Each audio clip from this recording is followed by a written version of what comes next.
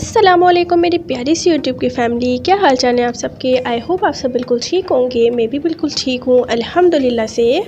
तो आज मैं आप सबके लिए बहुत ही मज़ेदार सी और एक नए अंदाज़ के साथ कड़ी पकोड़े की रेसिपी लेकर आई हूँ, जो कि बिल्कुल न्यू और डिफरेंट स्टाइल रेसिपी है। और ये इतनी मज़ेदार बनती है आप बिलीव नहीं करेंगे, आप उंगलियां चाटने पर मजबूर हो जाएंगे, इतनी मज़ेदार ये बनती है। तो चलिए जल्दी से रेसिपी देख लेते हैं। तो वीडियो को जो है बिल्कुल एंड तक देखिएगा, बिल्कुल भी स्किप नहीं करिएगा। तो फर्स्ट स्टेप ये है कड़ी बनाने के लिए कि एक बाउल लेंगे हम, और उसके अंदर मैंने यहाँ पे 1 पाव बेसन ले लिया है। उसको अच्छे से पहले आप छान लें। अब हम इसमें डालेंगे 3 टेबल स्पून पिसी हुई लाल मिर्चें, 1 टीस्पून हल्दी, देखिए टीस्पून है, 3 टेबल स्पून इसमें कुटे हुए धनिए जाएंगे,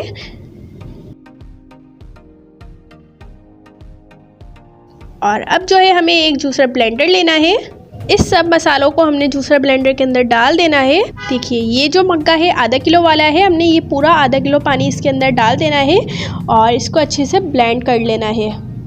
बिल्कुल बारीक हमने ब्लेंड करना है इसको। तो अगर आप चाहें तो आप विस्क से भी ये प्रोसेस कर सकते हैं, लेकिन विस्क से करने में इसको टाइम लगता है, तो मैंने यहाँ पे जो है ब्लेंडर में करा है। बहुत ही ज़्यादा इजी हो जाता है ब्लेंडर में करने से। तो देखिए यहाँ पे 2 मिनट में ही कितना ज़बरदस्त सा ब्लेंड हो चुका है और देखिए कितना स्मूथ है। अब हमने उसी ब्लेंडर के अंदर 3 पाव दही डाल देना है। मैंने यहाँ पे 3 पाव दही यूज़ नहीं करा है, मैंने यहाँ पे सिर्फ 1 पाव ही दही लिया है और आधा किलो जो है मैंने यहाँ पे दही वाला पानी लिया है। और इससे जो है दही वाले पानी से काफ़ी ज़्यादा मज़े की कड़ी बनती है और खट्टी खट्टी सी बहुत ही ज़्यादा अच्छी लगती है। और अगर आप चाहें तो दही भी यूज़ कर सकते हैं, 3 पाव दही यूज़ कर लें। दही अगर थोड़ा खट्टा होगा तो कड़ी जो है हमारी बहुत ही अच्छी बनती है। तो चलिए अब हमने इसके अंदर दही डाल के और इसे अच्छे से ब्लेंड कर लेना है। और अगर आपके पास ये ब्लेंडर ना हो तो भी आप विस्क के साथ इसको कर सकते हैं। तो देखिए इस तरीके से झटपट से हो जाता है ब्लेंडर के अंदर। अब जो है हम एक भगोना लेंगे, उसके अंदर हमने 1 प्याली ऑयल डाल देना है और उसको जो है अच्छे से गर्म कर लें। ऑयल गर्म हो गया है। अब हमने इसके अंदर डालना है 1 टीस्पून मेथी दाना, और मेथी दाना डालने के बाद इसको हमने कड़कड़ा लेना है। और अब हम इसकी फ्लेम को लो कर देंगे और अब हम इसके अंदर डाल देंगे दही, और जो हमने मिक्सचर बना के रखा हुआ था बेसन, पानी और दही का, वो हम इसके अंदर डाल देंगे और अच्छे से मिक्स कर लेंगे। तकरीबन इसमें 4 लीटर पानी जाएगा। मैंने यहाँ पे आधा लीटर पहले डाल दिया है। अब मैं इसके अंदर 3.5 लीटर पानी डालूंगी। अब फ्लेम को हमने मीडियम कर देना है और जब तक हमें चमचा चलाते जाना है आहिस्ता आहिस्ता से, जब तक कि इसमें उबाल ना आ जाए अच्छे से। अभी ही हमने इसके अंदर डाल देने हैं 15 से 20 लहसुन के जवे। तो जब तक जो है कड़ी पकेगी, जब तक ये अच्छे से घुल मिल से जाएंगे। देखिए यहाँ पे मुझे 10 से 15 मिनट लगे हैं और अच्छे से उबाल आ गया है। 1 मिनट भी मैंने चमचा नहीं रोका है। देखिए अब मैंने यहाँ पे 1 अदद प्याज ले ली है मीडियम साइज़ की, और यहाँ पे है 1 इंच के करीब अदरक का टुकड़ा, 15 से 20 अदद मैंने यहाँ पे मिर्चें ली हैं और 1 मीडियम साइज़ का आलू। जी अब हम एक ब्लेंडर लेंगे, उसके अंदर हम ये सारी चीज़ें डाल देंगे और डालने के बाद थोड़ा सा पानी डाल के हम इसे अच्छे से ब्लेंड कर लेंगे। तो देखिए यहाँ पे किस तरीके से पिस गया है, मैं आपको दिखाती हूँ। देखिए यहाँ पे किस तरीके से पिसा हुआ है, बिल्कुल ना ज़्यादा बारीक है ना ही ज़्यादा मोटा है, बिल्कुल नॉर्मली सा हमें पीस लेना है इसे। और अब हम इसके अंदर डाल देंगे कड़ी के अंदर। कड़ी के अंदर बॉयल आ चुका था, तभी हमने इसके अंदर ये मिक्सचर डालना है।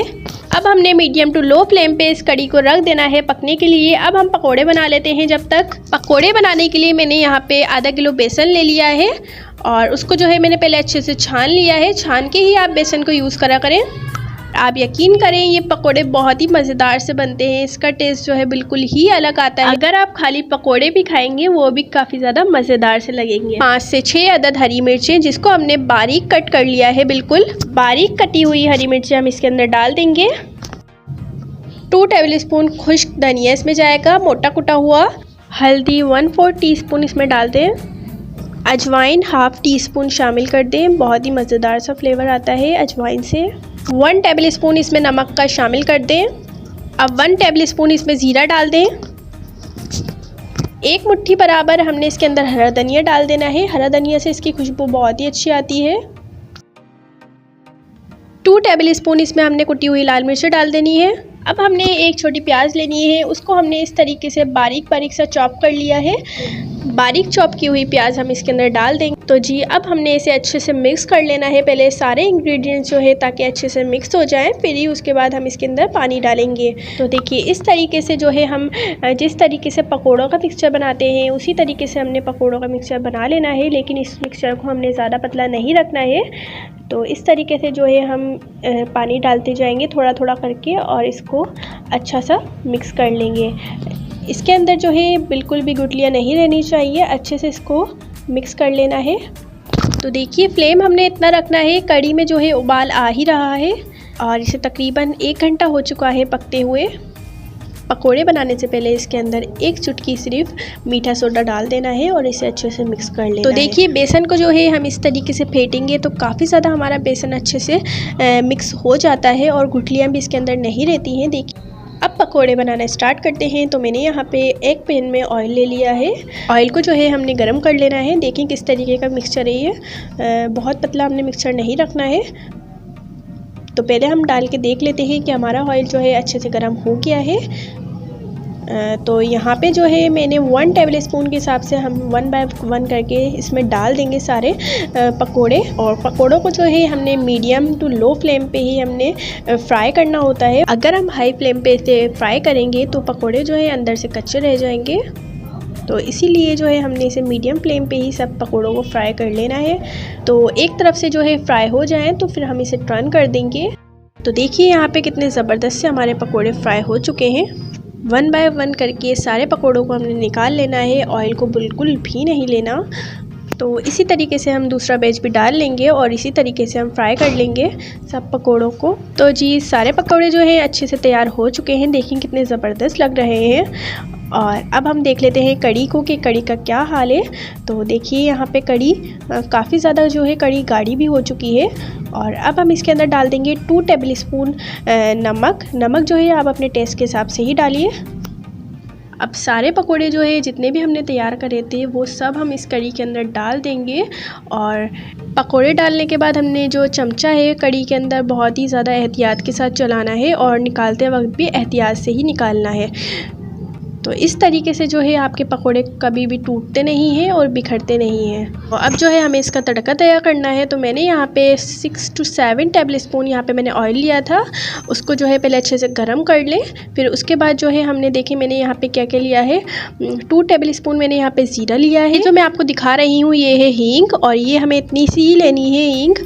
और यहाँ पे मैंने लिए है 8 से 10 गोला मिर्चें। ऑयल अच्छे से गर्म हो जाए फिर हम इसके अंदर डाल देंगे गोला मिर्चें। गोला मिर्चों को हमने कड़कड़ा लेना है और फिर उसके बाद हम डाल देंगे इसके अंदर ज़ीरा और साथ ही हम हींग डाल देंगे इसमें।